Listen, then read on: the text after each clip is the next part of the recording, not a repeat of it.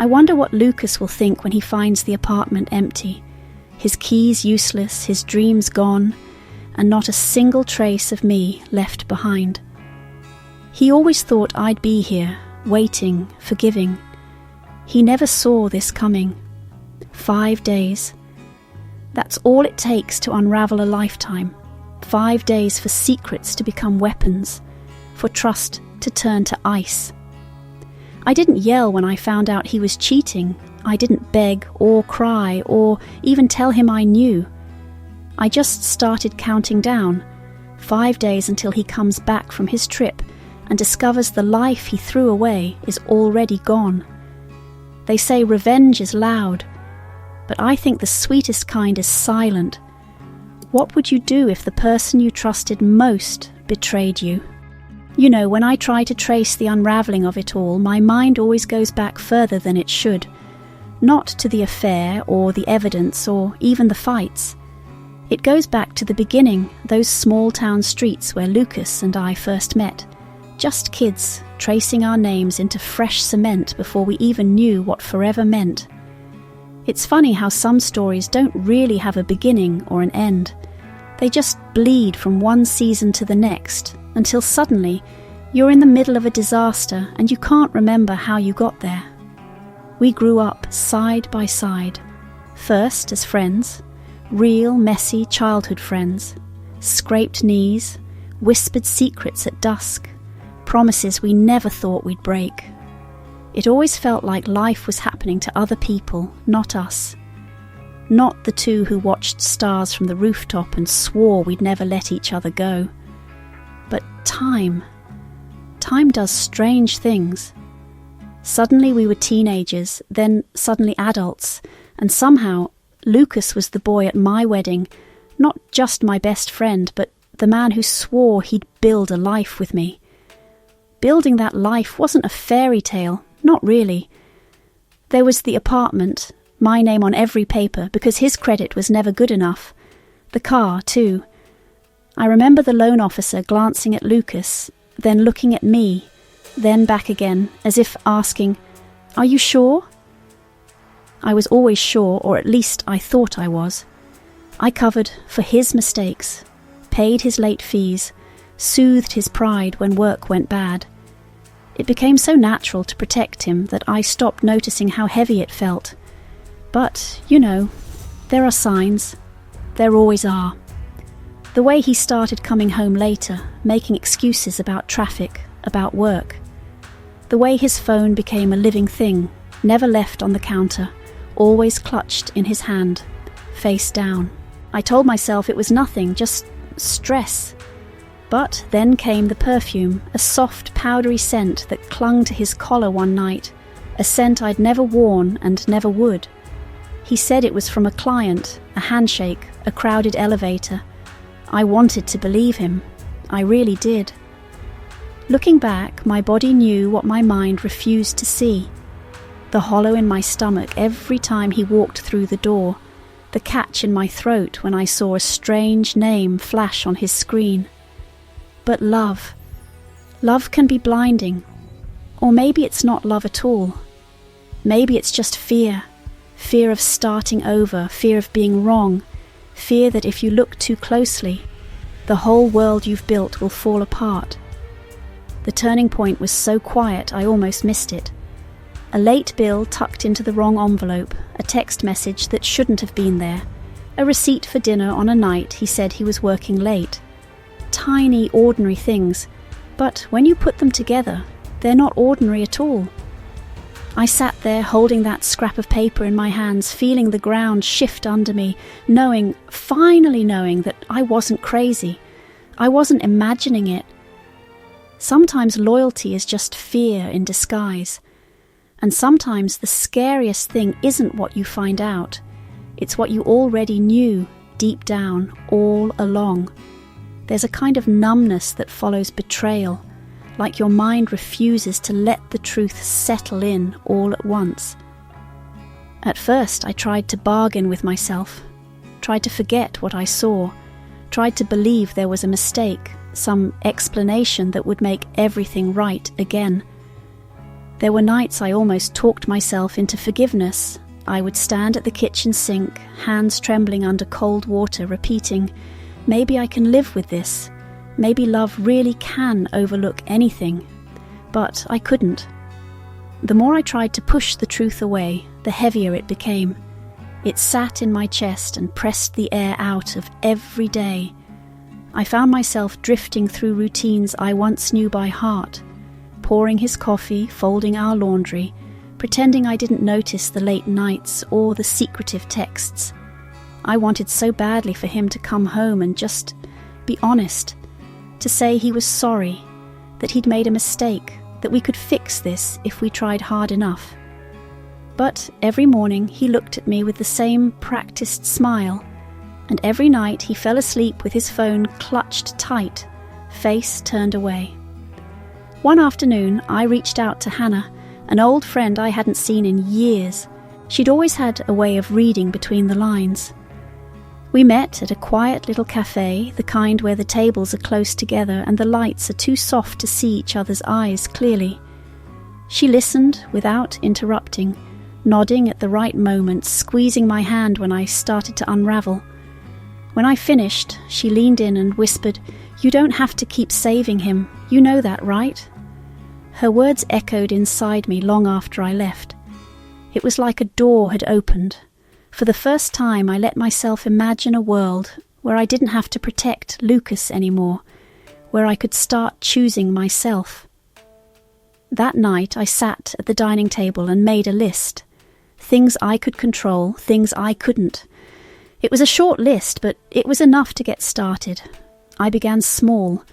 Each week, I transferred a little money from our joint account into a private one, just $50, $100 at a time. Nothing he'd notice, nothing that would set off alarms. I started going for walks after work, letting my body remember what it felt like to move for myself, not just to keep up with someone else's life. I signed up for therapy, not to fix my marriage, but to figure out if I even wanted to. I was careful, always careful. I'd learned that from Lucas, in a way. The world around me started to shift. I called a lawyer, disguised as a lunch break, just 30 minutes in a nondescript office across town. She was calm and matter-of-fact, explaining my rights, my options, the things Lucas wouldn't want me to know. I left her office lighter, armed with knowledge and a new sense of purpose. This is what it feels like to take your life back, I thought. Then came the moment everything accelerated. Lucas announced he was leaving for a work trip. "Just a week," he said, all nonchalance, not a care in the world. He had no idea he was setting a clock I'd been waiting to start. 7 days. 7 days to untangle myself from him, to move pieces he couldn't see, to prepare for the silence that would come after. I'll admit, there were close calls. One evening, I left my banking app open on my laptop and heard him coming down the hall. My heart nearly stopped. I closed the screen just in time, forced a smile, told him I was ordering takeout. He didn't notice, but I did. Every step I took away from him, every secret I kept, made me braver and a little bit sadder. I wasn't alone in this, though I pretended I was. The property manager, Mrs. Walker, seemed to know more than she said. She'd seen too many stories like mine. When I asked about breaking the lease, she didn't ask questions. She just nodded, handed me the paperwork, and slipped her card across the counter. "Call me if you need anything," she said quietly, almost like a secret code. I went home that night and stared at Lucas sleeping, back turned, his breathing even and untroubled. I realized I'm not afraid anymore. I'm not saving him this time. I'm saving myself. It's a strange thing, really, how quickly a plan can become the only thing keeping you together. I started waking up every morning with a new kind of energy. Not hope, not quite, but a sharp, private purpose. I kept my routine exactly the same on the surface. Breakfast with Lucas, a half smile as he left for work, the daily check-in texts. Underneath, I was dismantling our life together piece by piece. The first step was the lease. I waited until Lucas was at work before meeting with Mrs. Walker. She didn't say much, just pushed the paperwork toward me and nodded in that knowing way. "You're sure about this?" she asked quietly, and I just nodded, my voice catching in my throat. I picked a move-out date that fell right in the middle of Lucas's business trip. It almost felt like a joke. He'd be off in another city making plans for our future, while I erased every trace of our past. Then came the car. Legally, it was mine, my credit, my name, my signature on every document. I found a buyer in California who didn't ask questions, just wired the deposit and arranged for a transport truck. The pickup was scheduled for 3 days into Lucas's trip. I could almost hear him, even then, bragging to his friends about his car, completely oblivious to the fact that it would be gone before he even set foot back home. At night, I packed in silence. I started with my things, clothes, photos, the books I loved that he never noticed. I left his stuff for last, sorting it into neat piles. What he could keep, what would go to charity, and what deserved nothing more than a plastic trash bag. There was a kind of freedom in the sorting, an almost reckless joy in choosing finally what I'd carry with me and what I'd leave behind. Money had always been our unspoken tension, so I opened a new account under my maiden name and transferred what I could without raising flags. I changed my address on every bill, every piece of mail.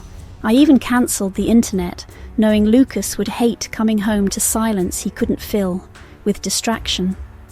And still, there were moments when the old habits tried to drag me back. Sometimes I'd find myself hesitating over his favourite mug, or pausing with a sweater I'd bought him last Christmas. I'd remember the way he used to hold me in the middle of the night, his breath warm against my shoulder. It hurt, God, it hurt. But every time the ache crept in, I remembered that other pain, the sharp betrayal that had cut me so much deeper. Don't turn back, I told myself over and over. He made his choices. Now I'm making mine. There was a day about halfway through when I almost lost my nerve. Lucas called, his voice softer than it had been in months. He said he missed me, that he couldn't wait to come home, that he was thinking of us. I wanted to believe him. For a second I almost did. I almost told him everything just to see if he'd beg me to stay. But then I remembered the way he'd lied with a straight face, the ease with which he'd made me question my own sanity.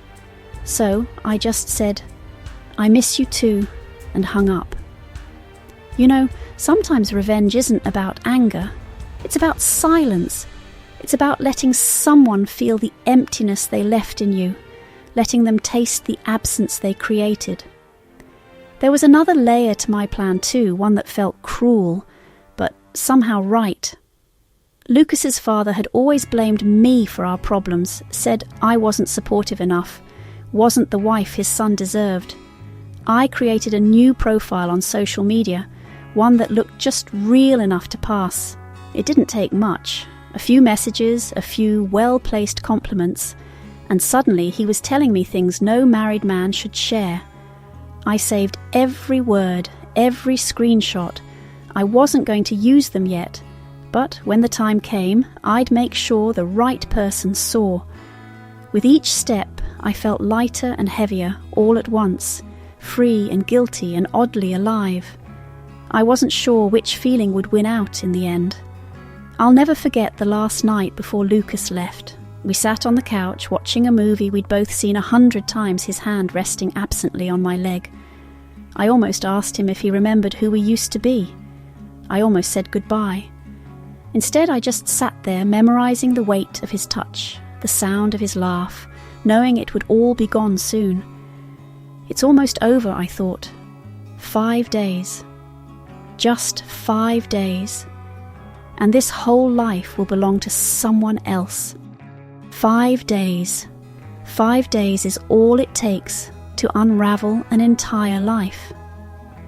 I woke up that last morning before Lucas returned with a strange calm settling over me. I looked around at the emptiness I'd carved from the ruins of what we'd once shared, and for the first time in years, I wasn't afraid. I waited for the last boxes to be picked up, handed Mrs. Walker the keys with a quiet thank you, and walked away without looking back. I imagined Lucas on the plane, probably tired, maybe rehearsing the same old stories he'd tell me, how the meetings went long, how he missed me, how next month things would be better. He always believed tomorrow could erase yesterday.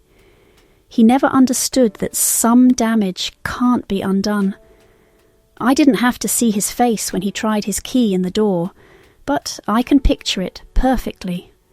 The click, the pause, the confusion, the way frustration would flare as he jiggled the handle, then turn to disbelief as he realized the locks had changed. He would have called my phone first, maybe texted, maybe started with, "Hey, I think there's something wrong with the apartment. Can you come home?" But there was no one to answer. My number was blocked. The account gone. He would have looked through the windows, pressing his hands against the glass. The place would have looked hollow, empty walls, empty shelves, every sign of me erased. His things, what was left, would be piled up in bags beside the dumpster. Some of it would already be gone, picked over by strangers. His dream car, the one he'd always called ours, even though it was mine, towed away, title signed, driven west by someone who didn't even know his name. Inside, there would be nothing left to anchor him. The bank account, a few lonely dollars, the rest moved months ago. Utilities shut off. No Wi-Fi, no electricity. Just the humming silence he always drowned out with music or TV or excuses. He would rage at first, pound the door, curse my name, demand answers from neighbours who had none. But there would be no fight, no showdown, no last word. Just absence. And as all of this played out, another storm was breaking across the city, this one aimed at a different target. Lucas's mother, the woman who'd once called me a disappointment, a failure, received a message from someone she didn't know. Screenshots, dates, details. The truth about her husband, the secret life he'd been living behind her back. I sent it all from a nameless account, one she couldn't trace, but I knew she'd understand exactly who was behind it. In one afternoon, the illusion of their perfect family shattered just as surely as mine had. I wonder what Lucas felt, standing there on the curb, watching strangers sift through his past. Did he feel anger? Shame? Did he realize finally that everything he'd built was balanced on my trust, my faith, my presence? Did he blame me, or did he see his own reflection in the glass? A neighbour told me later she saw him pacing the sidewalk, face flushed, voice rising, then breaking. He called his mother, but she didn't answer. He called his father, who was gone. He called me, but all he got was an empty ring, then nothing. And I was already gone. My things were in a new place. My name was on a new lease. I watched the world he'd known collapse from a distance, quietly, without triumph. It wasn't satisfaction I felt exactly, more like a deep, hollow relief. I didn't need to scream or confront or explain. The silence was my answer. The absence was my justice. There's a moment when revenge stops being about punishment and becomes something quieter, about reclaiming space inside yourself. I realized, watching Lucas lose what he thought he owned, that I had already gotten back what mattered most, myself. I think about the last thing he saw, the empty rooms, the locked door, the cold air where laughter used to live. I hope he stood there long enough to feel what I felt just once. I hope he understands now that trust, once broken, leaves nothing behind. Maybe he'll tell himself it was all my fault. Maybe he'll rewrite the story in his mind, make himself the victim. It doesn't matter anymore. The story is over for him, and it's just beginning for me. I used to think I'd feel triumphant, that after all the plans, after all the sleepless nights, there'd be some grand satisfaction waiting for me on the other side. But sitting in this new apartment, bare walls, cardboard boxes, a bed I bought just for myself, I mostly feel quiet, not empty, not broken, just a kind of gentle silence, the kind that lets you hear your own thoughts for the first time in years. The first morning here, I woke up and listened for footsteps that weren't there. I almost called out for Lucas, muscle memory trying to fill the void, but instead I lay there and let the light spill across my face, realizing, this is mine, all of it. The space, the stillness, even the uncertainty, mine. I took a walk that day, no destination, no phone calls to check in. I found a little bakery I'd always noticed but never entered, always too busy or too tired or too worried about getting home to make dinner for someone else. I bought myself a pastry, still warm from the oven, and ate it in the park, alone, surrounded by strangers who had no idea what I'd been through. For a moment I felt weightless, not happy exactly, but lighter. I let the crumbs fall and watched birds gather them up, thinking, maybe this is what starting over looks like. Friends I'd lost touch with started to drift back into my orbit. Hannah brought over a houseplant as a kind of welcome to singlehood offering, and we drank cheap wine on the floor, talking about everything and nothing. There were tears sometimes, grief for what I'd lost, fear for what came next. But there was laughter too, and relief. It was strange how quickly the ache in my chest made room for something else. I started doing little things for myself. I bought a set of sheets in a ridiculous bright colour Lucas would have hated. I booked a ticket, just one, for a weekend away by the coast. I let myself wander, let myself be quiet, let myself not answer to anyone. I realised I didn't need permission to be happy or to be alone. Meanwhile, I heard things about Lucas. Word travels fast in small towns. He was renting a cramped room, crashing on a friend's couch when he could. His mother had left his father, taken the dog, and moved in with her sister 2 states away. Lucas called, I'm told, left voicemails, sent messages, said he was sorry, said he didn't understand, asked if I could at least tell him why. I never answered. I listened to one message, just once. His voice sounded small, confused, as if he was searching for a script he couldn't find. I deleted it. Silence is its own kind of answer. There's a peculiar kind of peace that comes from not explaining yourself, from letting someone else sit in the not knowing. I didn't want revenge, not really. I just wanted my life back, my peace, my dignity, my ability to walk into a room and breathe without waiting for the next lie.